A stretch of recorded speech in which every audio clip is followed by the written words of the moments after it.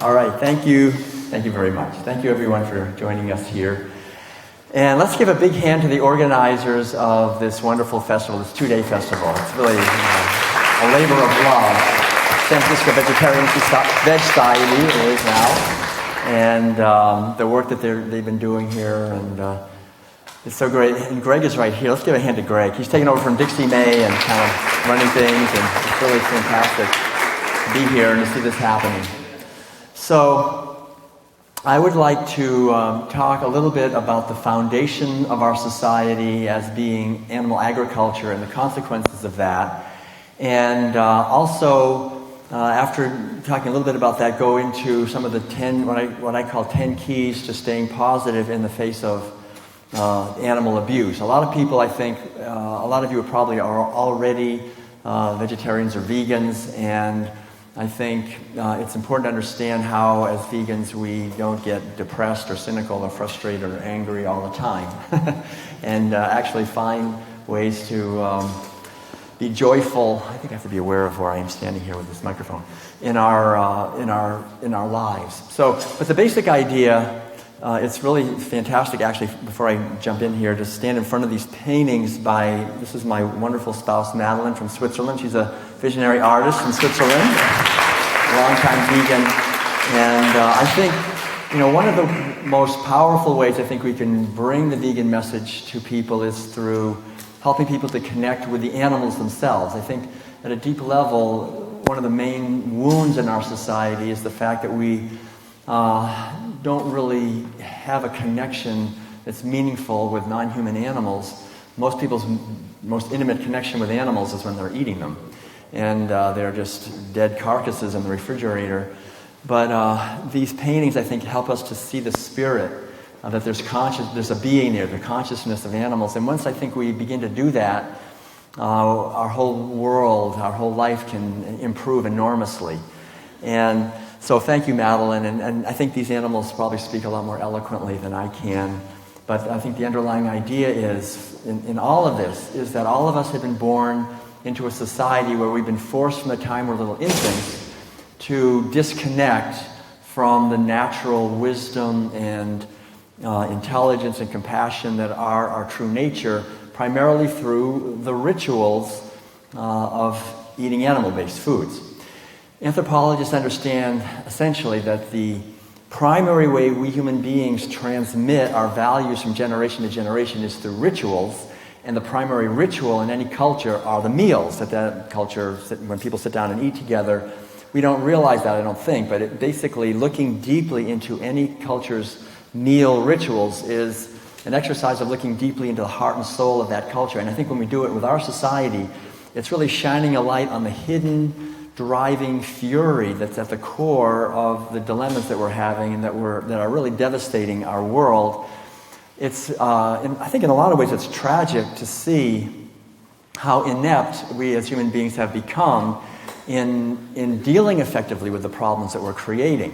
How we just don't make the connections between animal agriculture and the devastation to the earth, to our society, to our health, to our psychology, to our emotions, to the spiritual dimension of life. And I think until we begin to make those connections, then all of our efforts towards peace and freedom and justice and sustainability and so forth are merely ironic. It's like we want for ourselves what we refuse to give to others who are vulnerable in our hands, the animals that are being abused. So the basic idea, I think, underlying all of this, and just to remember this, is that first of all, we have in the background going on all the time, and I think probably a lot of you are aware of this, a vast industrialized killing machine, right? We're killing, just in the United States alone, by very conservative estimates, 75 million animals every single day for food. It's hard to even begin to wrap our minds around 75 million animals every day that we're killing, but that's what we're doing, and there's no big headline in the New York Times saying, what happened yesterday, 75 million animals were killed, because it's business as usual. This is what we do. And so this vast industrialized killing machine that we have created, and really it's important to understand that we were born into, right? This was already going before any of us were born. This is something we were born into. So not only are we in many ways forced, from the time we're little infants, not just to witness adults eating the flesh and secretions of tortured animals, but they give it to us too, right?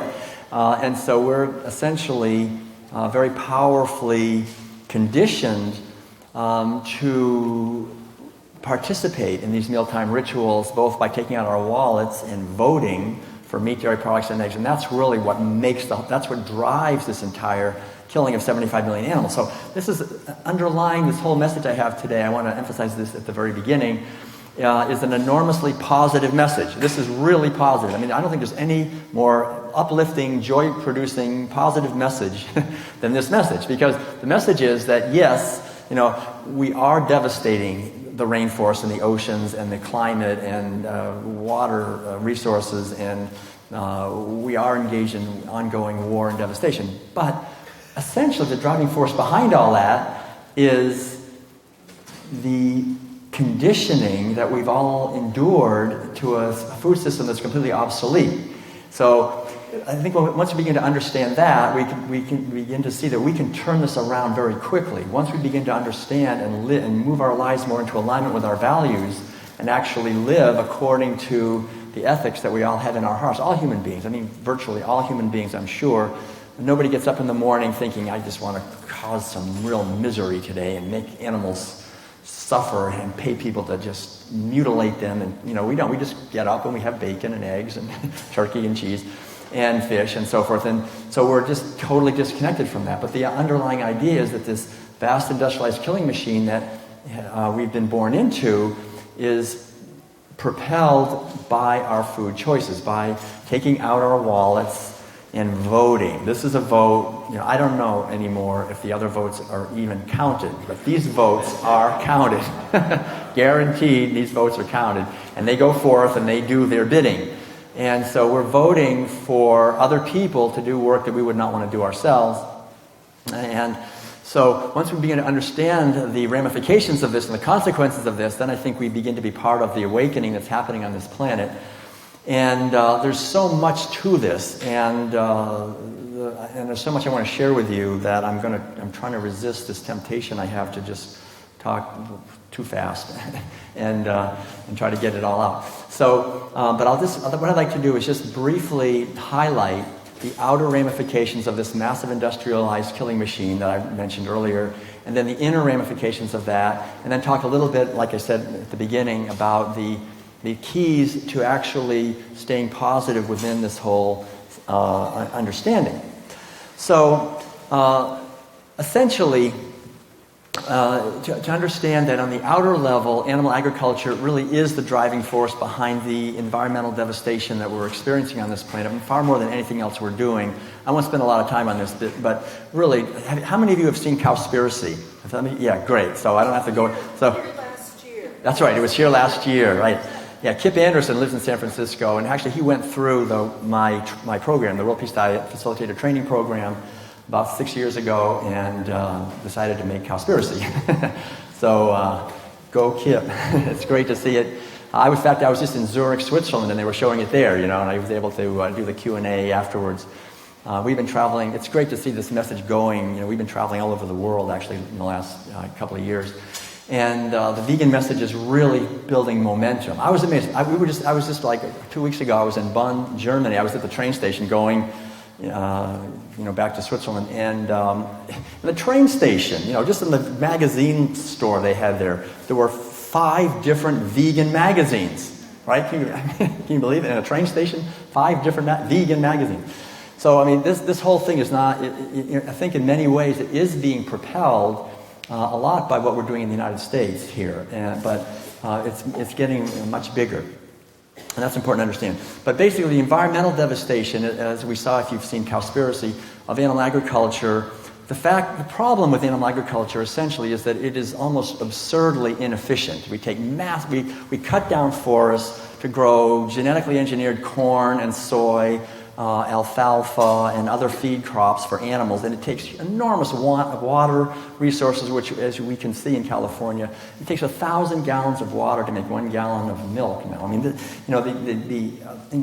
just enormous inefficiencies involved require us essentially to participate in a system that is destroying our water resources, depleting water supplies, polluting water, causing soil erosion, causing enormous amounts of climate destabilization, because these cows are and other animals are creating not only methane, which is 70 times more powerful as a greenhouse gas than carbon dioxide, but nitrous oxide, which is 300 times more powerful than carbon dioxide. Plus, we're cutting down rainforests at the rate of an acre per second, according to the latest statistics on this. I mean, an acre per second of rainforest destruction to grow soy, to feed to factory farm pigs and cows and chickens and fishes. We're not just cutting down some trees, in a tree farm. We're destroying ecosystems that took millions of years to evolve, and the loss of species diversity.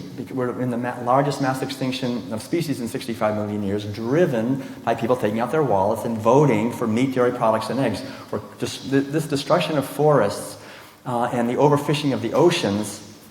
A study just came out, I think just a few days ago, talking about the most recent overview. We've lost about 50% of all fish just in the last roughly 50 years. The oceans are gone. Most of the larger fish species are completely fished to extinction. The problem again with animal agriculture is that scientists discovered quite a while ago, actually, that it's profitable to enrich the feed of cows and pigs and chickens with fish meal. And so we're not just catching fish to feed people directly, we're catching fish to feed to cows and pigs and chickens. So we have this bizarre situation where cows actually in the United States are actually eating more fish than human beings are. And this is driving the devastation of the oceans, the acidification of the oceans, the huge the runoff from animal agriculture, which is called nutrient-rich runoff. It sounds good, but it causes algae blooms and dead zones throughout. There's something like 28 different dead zones in the oceans now caused by animal agriculture. So all of this together, essentially, there's no greater gift we can give to the world if we care at all about ecosystems and wildlife than to move toward a plant-based diet. And I would say while you're at it, move toward a plant-based diet that's organic. And I'd say while you're at it, move toward a plant-based diet that's organic, and as much as possible is whole foods, a whole foods, organic, plant-based diet. This is a fabulous foundation for health, for yourself, for your family, and for the earth, and for future generations. And the beauty, again, in this whole thing is that each one of us can make an effort to understand what's going on, and also we can do something about it. We can bring our lives into alignment with our values and live this way, purchase this way. And even better than purchasing, grow your own food if you can. I really highly recommend getting a garden, or you can at least grow sprouts on the kitchen counter. Do something. The more we do this, we lived in an RV actually for 17 years, so the best I could do was grow sprouts and a few herbs. But we actually up in Lake County, where we've just actually experienced fires. The direct result, 150,000 acres of virgin, beautiful forest just burned this summer. It's heartbreaking. Animals, just habitats destroyed, all of that. 1,500 people, neighbors of ours, where we live near Middletown, and Cobb and Anderson Springs and Hidden Valley Lake. 1,500 houses burned down. People died. People were killed. It's really, it hasn't been this dry in California for 500 years, and we're definitely doing something with our eating habits that is causing not only difficulties for our children, but even for us. We have to understand this and realize that it's a critical situation. We're not just talking academic ideas here. We're talking about really if we're going to be able to live on this planet, because animal agriculture is a direct attack against not only the animals who are being stabbed and killed by the millions every day, but on the ecosystems that support all that. It takes so much land and water and petroleum in order to keep this huge machine going. And yet, my father owned a whole chain of newspapers. When I was a kid, he actually only owned one when I was born. By the time I was in college, he had like 15 newspapers outside of Boston. And I learned, sitting around the kitchen table, one important thing, which is never run any news stories that your advertisers don't like. So we have to understand, if we're participating in the mass media, which has huge amount of, is underwritten by the pharmaceutical industry, the petroleum industry, the fast food industry, the grocery industry. These industries do not want people to be aware of what we're talking about here. because that would maybe make people do something else. I haven't been to a doctor in 40 years, right? So they would definitely don't want anybody to know what I know. And so I haven't been to a drugstore in 40 years. I mean, the whole idea is that we can bring our lives into harmony, into peace, into freedom, into joy, into abundance, into sustainability. The key to the whole thing is to question the official stories of our society, to question the underlying programs. And when we do that, we begin to see that we can heal our world. And we're talking about, according to the United Nations, for example, we're not just talking about 2 to 1 or 3 to 1 or 5 to 1. We're talking about, for example, in the case of water, 30 to 1. In other words, animal agriculture meat basically takes 30 times, a diet that's based on the typical Western diet takes 30 times as much fresh water as someone eating an organic plant-based diet. 30 to 1. So we can really shrink our water footprint, for example. Same thing is true with petroleum and land use. And we can allow rainforests to come back. We can allow oceans to come back. We can allow the streams to run clear again and forests to return.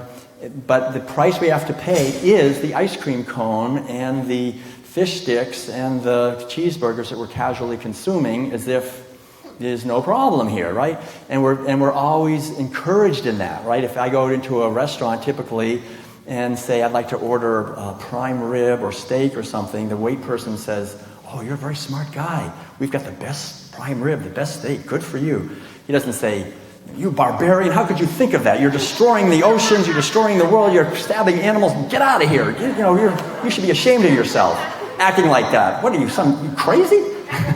It's like, but I remember not too long ago, people could smoke anywhere, right? And then at a certain point, we realized this is not just, people say, well, smoking is a personal choice. I can smoke and blow smoke in your face. It's my choice.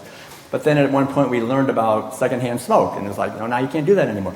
The beauty, I think, is that we are awakening out of the delusion. We are realizing that someone eating meat and dairy, it's not a personal choice. You're destroying our world. You're destroying the possibility we have for us to have a world for our children. You're killing our friends, the animals. You're causing people to starve to death. We have to understand that animal agriculture is the most devastating thing we're doing to the earth, and one thing about wildlife we have to understand, too, is that ever since it got popular in the last maybe 10 years or so, the latest fad is free-range and organic and grass-fed animals.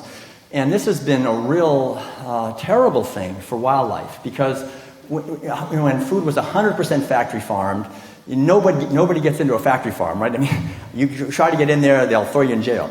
And no coyotes for sure will ever get into a factory farm. But now it's, instead of being 100%, it's maybe like 97 or 98%. So there's a few animals that are out now in electrified fences, and people are paying a premium at Whole Foods for this stuff. And that has caused the whole war against wildlife to escalate. The Department of Wildlife Services, which is a branch of the USDA, is now killing literally millions of animals every year. Coyotes, bobcats, otters, skunks, opossums, prairie dogs, trumpeter swans. I mean, any animal trying to have a life out there, she's being killed because ranchers and farmers don't like anything but their cows and pigs and goats and sheep and chickens. And so this war against wildlife, I think we have to understand, is something that is a price that we pay if we want to have something like free-range products.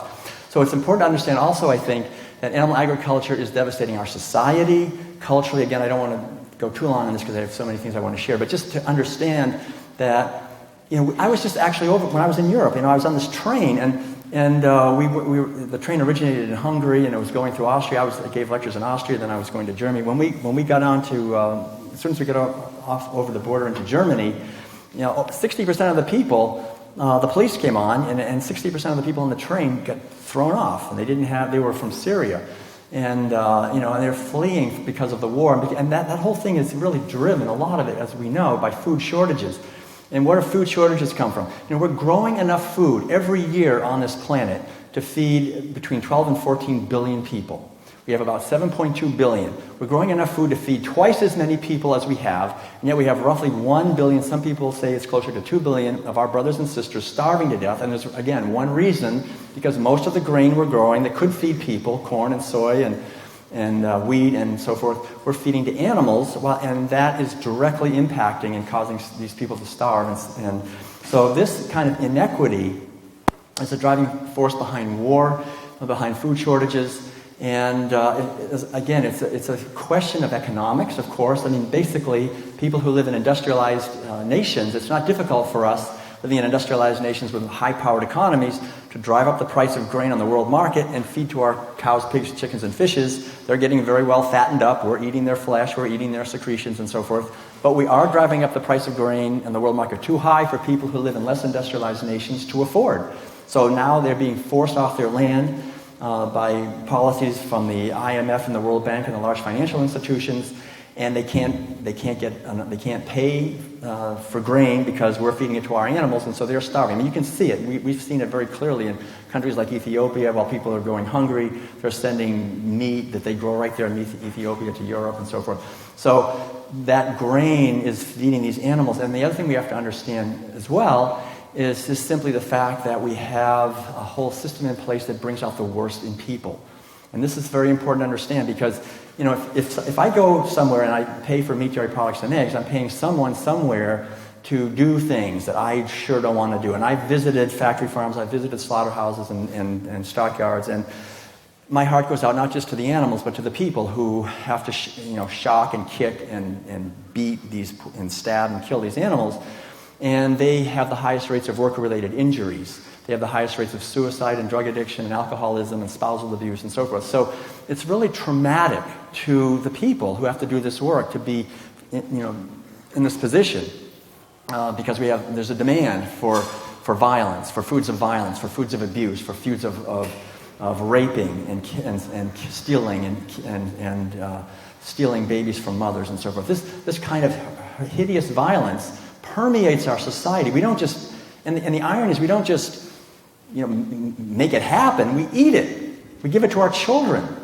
We actually eat the foods of incredible violence and abuse of other living beings as if it's just peachy keen, right? I mean, we're constantly being told by the industries that this is somehow natural, and we're taught this again by our own mothers and fathers because this is the rituals that we're all born into. So just to essentially understand again that the driving force behind the trauma of individual people that are doing this work, behind the trauma of animals, of wildlife, of hungry people who are starving, all of that trauma essentially, unfortunately, radiates out into the web of relations. And so what we're doing when we just say no to that, and we say, I'm going to eat a plant-based diet for ethical reasons, that's the most healing possible action anyone can take in our world today. There's no greater gift we can give the world than to make an effort to understand these things and say, no, I'm not going to participate in that. And most people think that no is a big no, right? Like, oh, you're saying no, you won't go to the zoo, and you won't go to the circus, and you won't eat meat, you won't eat ice cream, you won't wear leather, and you won't wear silk, and you won't wear wool, and you won't wear products tested on animals. No. They say, you're no fun. You say no all the time. But actually, it's important to remember that all of those no's are not no's. They're really yeses, right? We're really saying yes to kindness, and yes to caring, and yes to compassion, and yes to taking responsibility for all the ramifications of our actions. And what it really is a foundation for happiness for ourselves and for others because we are interrelated. The fundamental teaching in veganism, really, essentially, is ahimsa. The ancient Sanskrit word ahimsa means non-violence. And the basic teaching is, essentially, we will never have happiness for ourselves as long as we harm others for our own benefit. As soon as I do that, as soon as I say, okay, I'm going to steal from you, I'm going to do something to get something for myself, we sow seeds that not only harm the other, they harm us even more. But we don't make those connections. We're raised in a society where we're taught to numb ourselves and to disconnect from the ramifications of our actions. And so we don't realize how, the hospitals are filled. There's lines of people waiting, for heart bypass surgeries. People go, they spend many years, paying people to stab animals one after the other. And then you have these hospitals where they stab people one after the other, and they pull out their arteries and they do all these operations.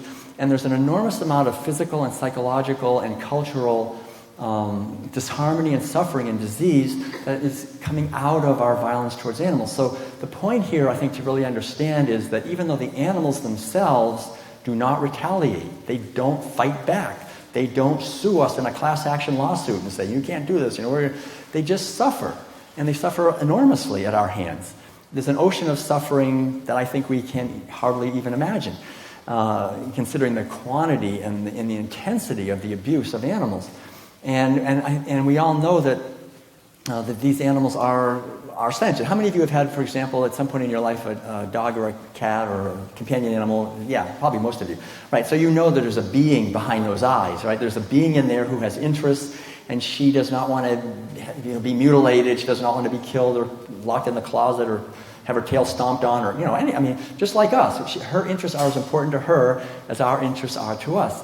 But when we're raised in a society where we're taught that these animals don't matter, then we basically create a situation of massive violence towards these beings, and it boomerangs back. So that's the point, is that even though the animals do not retaliate, our violence towards them always retaliates in ways that perhaps we don't realize.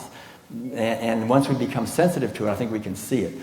Just seeing all these houses burning down the other day, I just watched it with my own eyes. My own neighbors' houses just going up in flames. There's really an enormous price that we pay, but I think the price we pay also in many ways is the inner peace. And so I want to talk a little bit about the inner landscape of our consciousness here, because I think this is very important. In the two books that we have, the World Peace Diet essentially is really about the inner consequences of eating animal foods. I do talk about the outer, but how eating animal foods is essentially something that is not a choice that we make. And that's very important. I think the two most important things to understand, really, number one is that when we leave here and we see people eating meat, dairy products, and eggs, that no one is doing it from their own free choice. This is not a free choice. People are doing it for one reason only. They're doing it because they're following orders.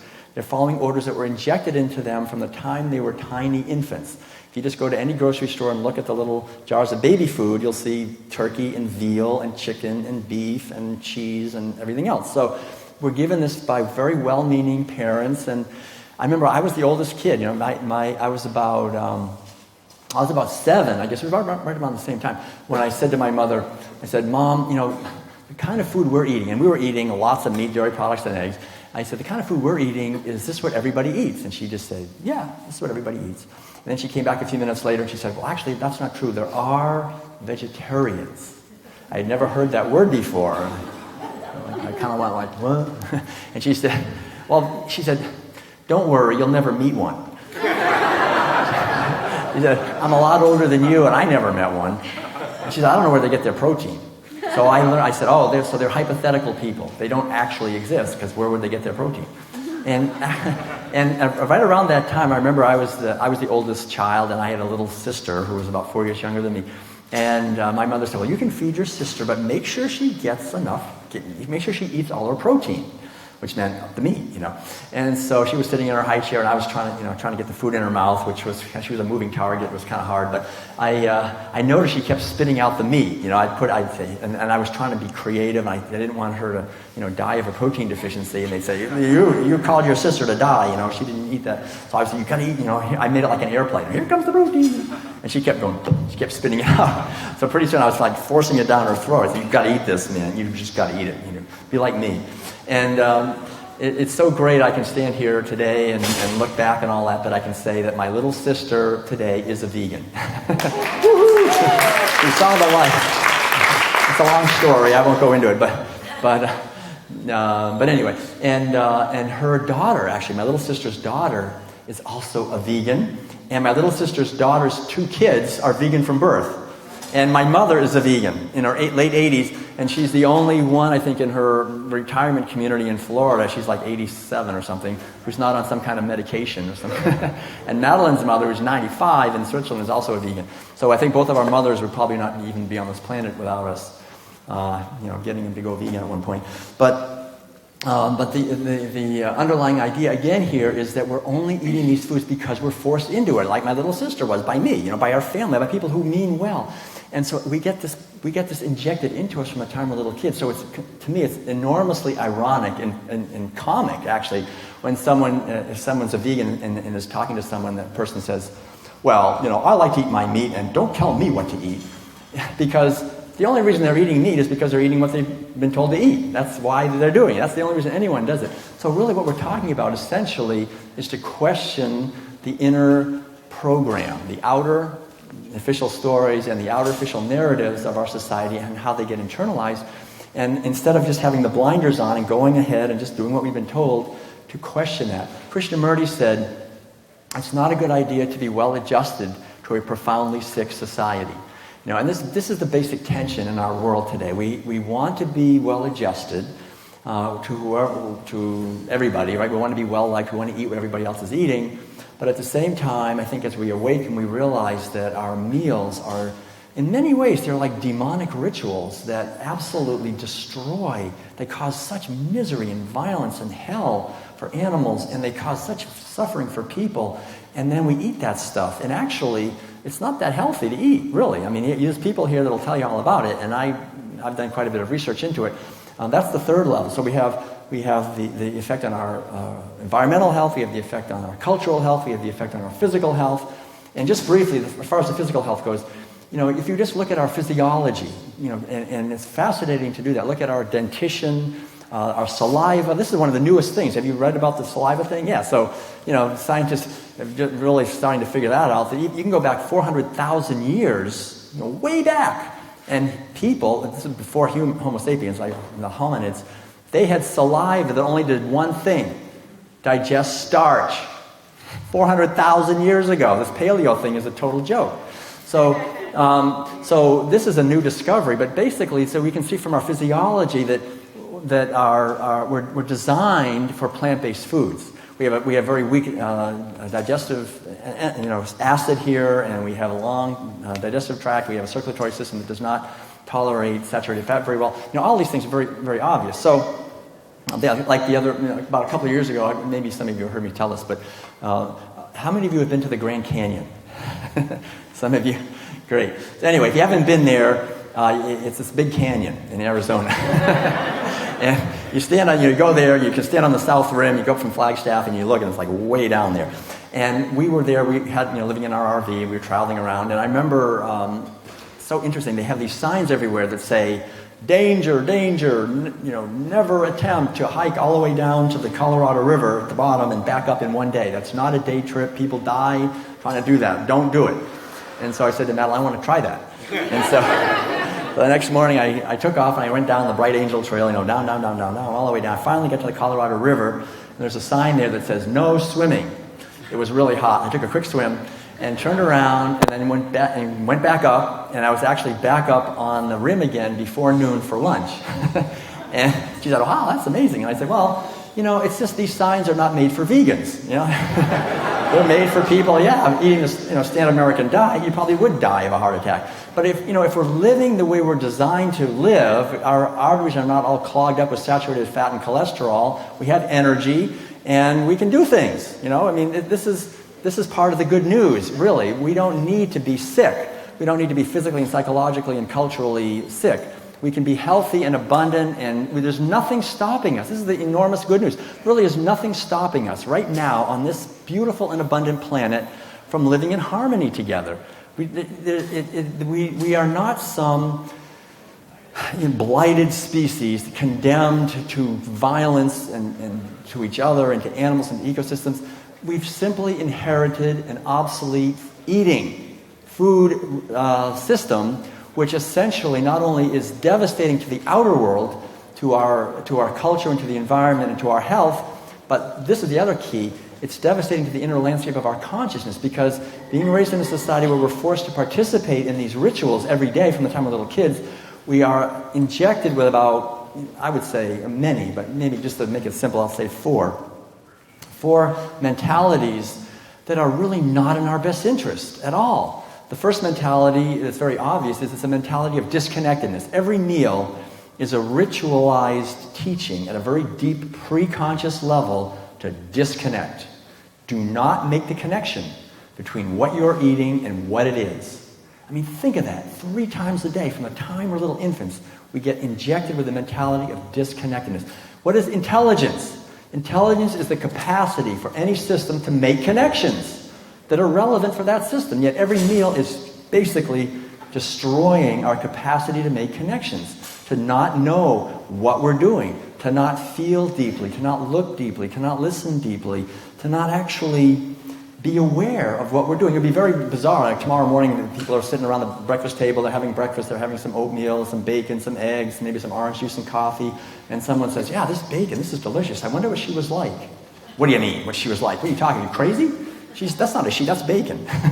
This would be a total taboo to even think that. So we have to realize that every meal is injecting us with this mentality of disconnectedness, and also a mentality of reductionism, of reducing beings to things, of learning to see certain beings not as beings, but as commodities that we just buy and sell like they're sacks of cement. We say I love how I hate it, and they say we're harvesting these animals like they're just tomatoes or something. I mean, how would you like to be harvested?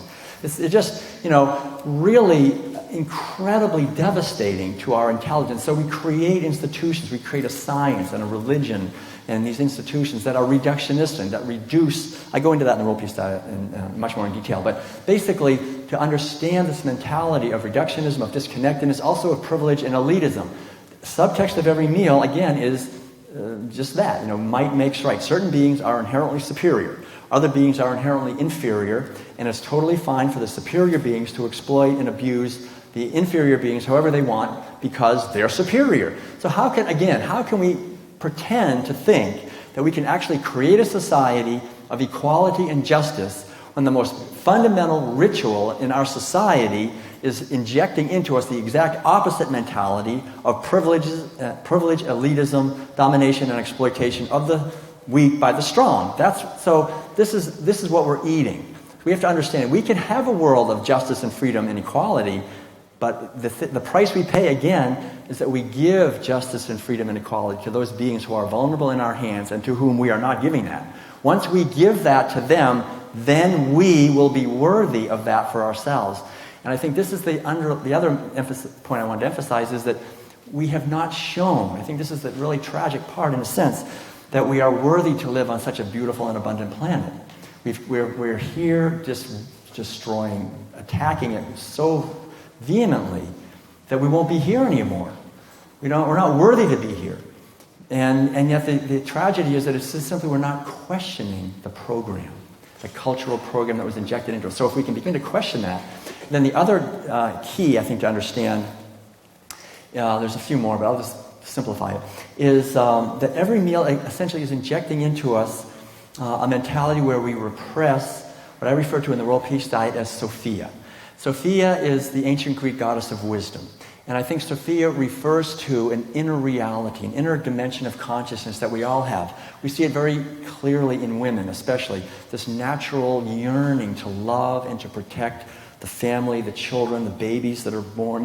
The baby is born, there's nothing but a bunch of trouble, but the mother is just right there, just taking care and loving and protecting, and this beautiful giving quality.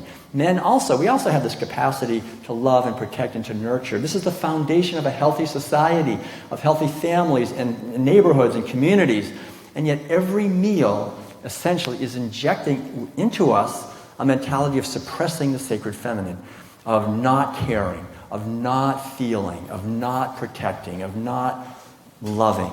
Oh my God, are you serious? 5 minutes? Wow. All right. So anyway, so the point I'm making here is that the sacred feminine, I think, is really a key part. I think what the vegan movement is essentially, and we see it gaining momentum, we see it growing, and it's wonderful to see this. It's essentially the resurrection of the sacred feminine within our society, of us as human beings beginning to realize that what animal agriculture is essentially, it's not just human beings dominating and exploiting animals. It's really, if you look at it more carefully and historically, and still is today, it's males, men, dominating and abusing female animals, and not just female animals, but specifically their uteruses and their mammary glands for products and for profit.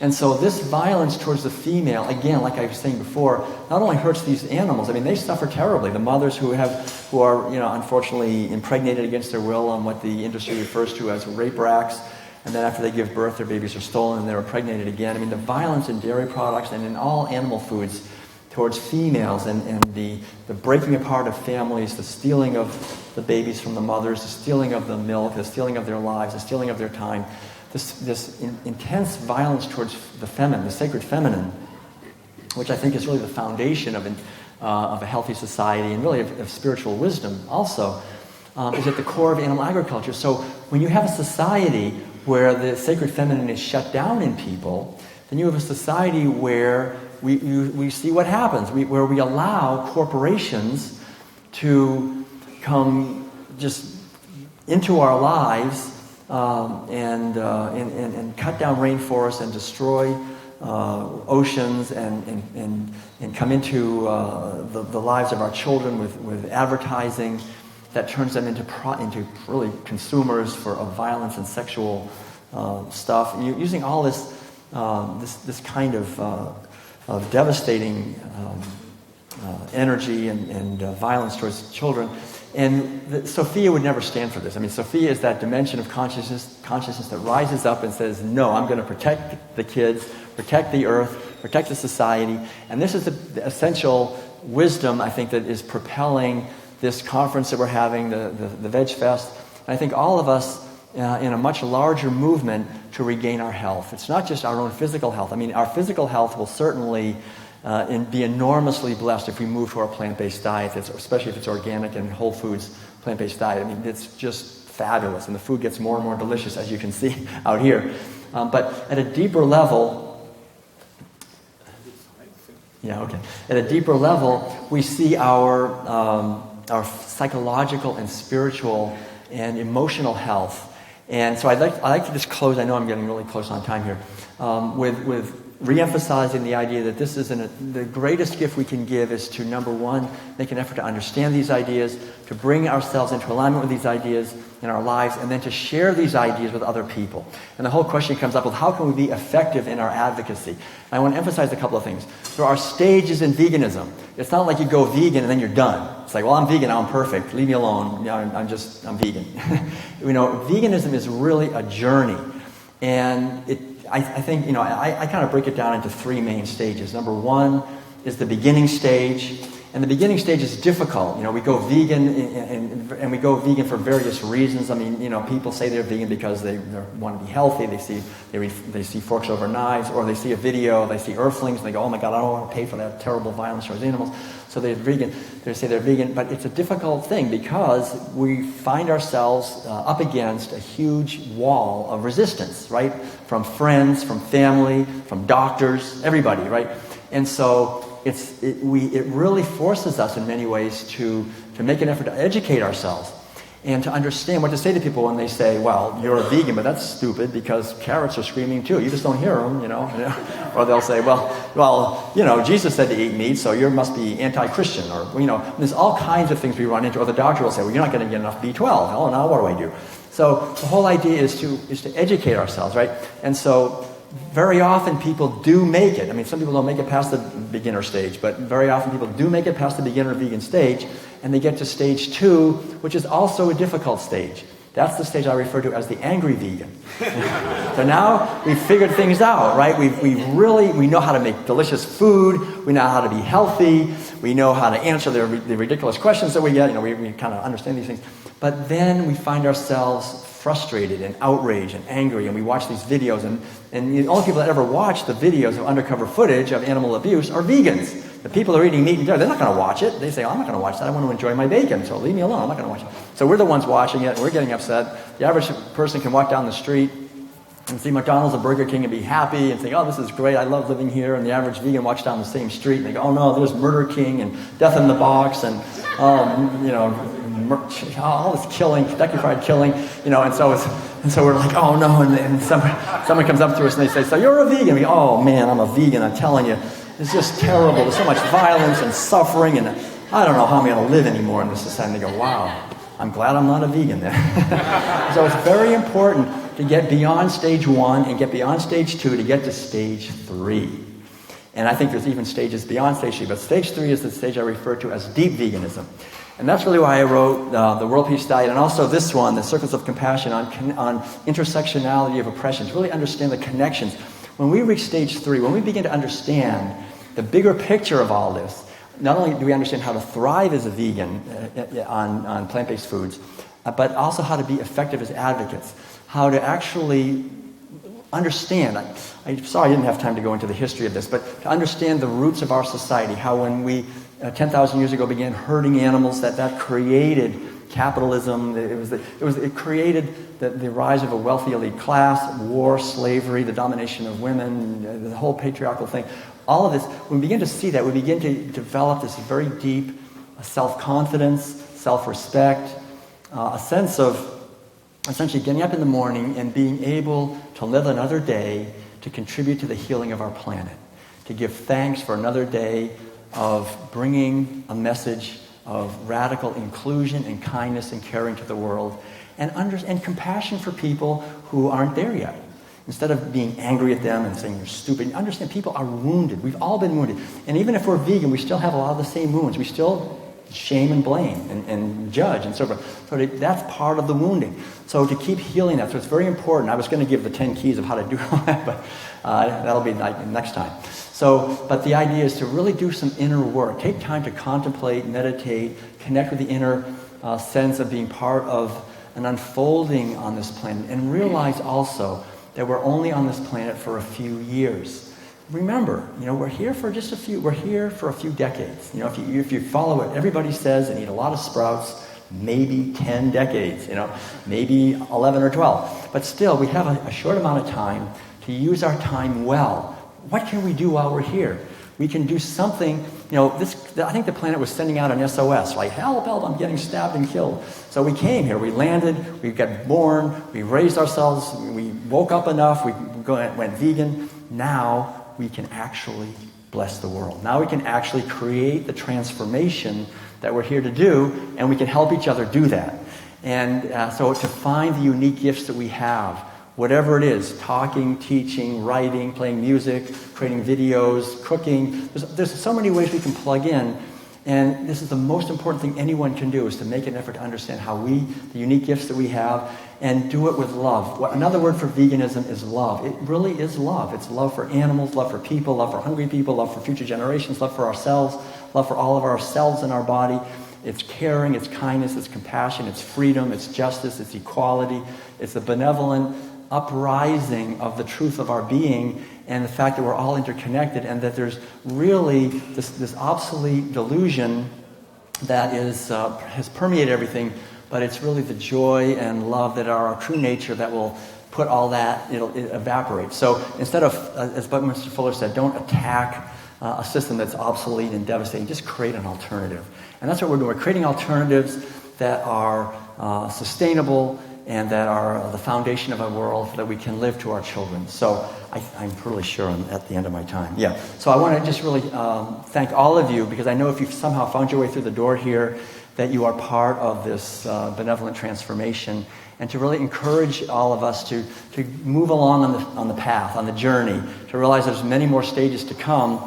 And I think when we create a movement that has matured to the point where we are living what veganism is, as radical inclusion and kindness and love and creativity, and are living that, and people feel that authenticity, then we will create an absolute unstoppable force. And I think it's already happening. The whole idea is to go forth and multiply this message. So much love to you all. Thanks so much for joining us here. I really appreciate it. Great to be here. Thank you. There is time for questions. There is? Yes. Oh, okay. Thank you. Thank you. Thank you. Okay, so, thank you, Jack. I guess, how much time? You have 8 minutes for questions. Okay, so actually we have about, she just said 8 minutes for questions. So, from 1:52 till 2. So, if anyone has a question, I'd be happy to respond if I can. Yes, Jack. Will, if we want to support your fine work and your beautiful message of peace to animals and to our fellow human beings in this planet, we want to get those 2 books there? Where can Oh, we get them? thank you. Okay, so Jack, actually, Jack, I had to say something about it. This is Jack Ashai. He is the founder of Tree Spirit, right? Tree Spirit Project, saving the trees in the East Bay. And let's give a big hand to Jack. Thank you, Jack. He's really working hard to save the trees. Support the Tree Spirit Project. Yeah. I hosted a screening of Cowspiracy 1 year ago, which is what opened me up to this. And I'm a forest advocate. Trees important and forests are essential. And I didn't make the connection until Cowspiracy, where I met this guy. He came, and of course, and drove down from Lake County to Marin County to give a talk and do a Q&A after the screening of Cowspiracy. So this guy is amazing, and I made the connection now, finally. I can't be a forest advocate and need me. You can. All right. Yeah. I'll be happy to sign copies of the World Peace. Actually, if you want to buy them, you get a free Intuitive Cooking by Madeline, which is lots of great. It's the food we eat, vegan, a lot of vegan recipes, and a free CD. And we have the prices discounted. We have a table right around the corner over there, and I'm happy to sign copies of those books. And we also have information about the World Peace Diet Facilitator training. If you want to go deeper into this, it's kind of like a grassroots movement to bring the vegan message, the World Peace Diet vegan message, I guess, which is kind of includes the deeper aspect of this to the world. And it's really opened up a lot of doors. We're going to be going, for example, in a month and a half to South Africa, also to Dubai, and then, of course, to Europe and Taiwan, all through really people reading the World Peace Diet, and it's now been translated into about 18 languages around the world. And so it's great just to see this getting out there. Thank you. Thanks very much. Okay, so we have another 4 minutes. Anyone else has a question or anything you'd like me to talk about there? But okay, yeah.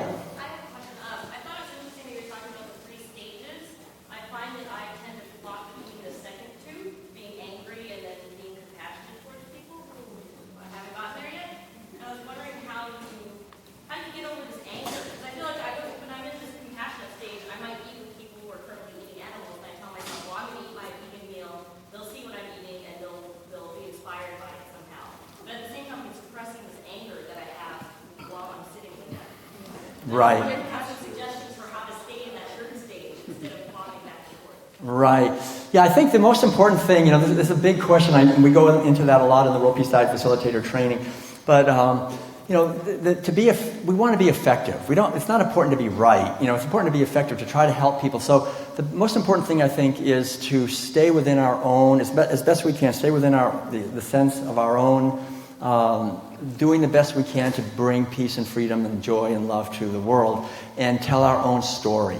In other words, instead of if someone says, I just feel like I need to eat some cheese because it's so delicious. We have a tendency to go, how can you? Don't you know that you're causing a killing of an animal and the baby's getting stolen? Don't you? And they're kind of like, oh, leave me alone.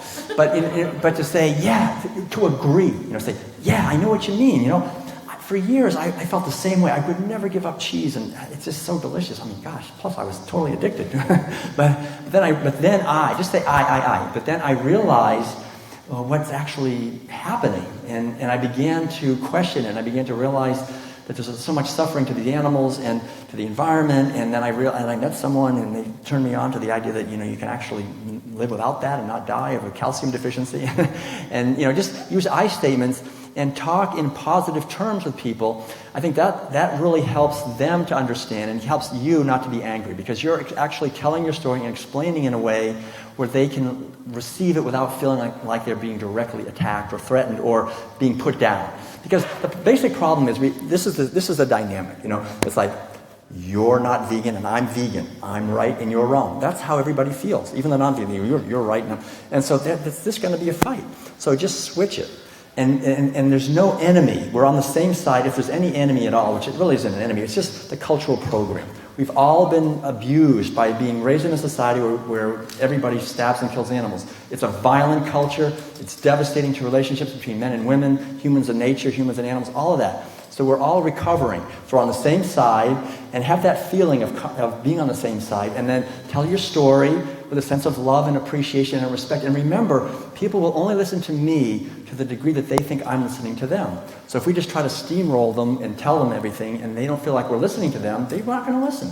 So it's really important, I think, to understand the dynamics of human interactions and be on the same side. And then the other thing is to just plant the seeds and then let go. The Bhagavad Gita, and I think a lot of the great traditions, spiritual teachings, they say, don't be attached to the fruit of your actions.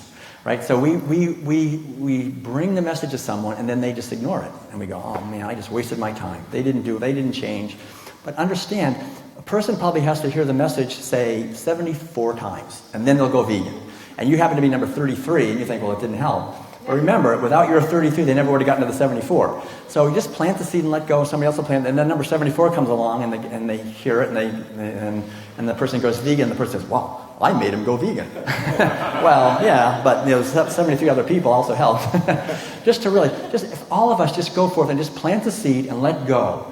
Because if we hang on to it, it kind of works against it. Just do the best you can. Plant it with love. Plant it deeply. And the most deep way we can plant it is to be living it ourselves. Really having it permeate. And then it's important, I think, to have a regular practice. Because, I meditate every morning for about an hour. And I think for me, that's really important because I learned from that what I am is not just the content of my thoughts and emotions.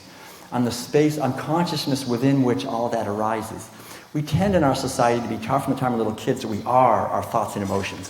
When our emotions get up, we think, I'm angry. Actually, it's just anger arising. You can watch it, and it'll disappear. It's arising within, and you can feel a sense of kindness and compassion as it goes down. We have actually on our table, we have I have a new guided meditation called World Peace Meditations that go into their guided meditations on cultivating not only intuition and harmonious relationships, but all these a whole bunch of different things.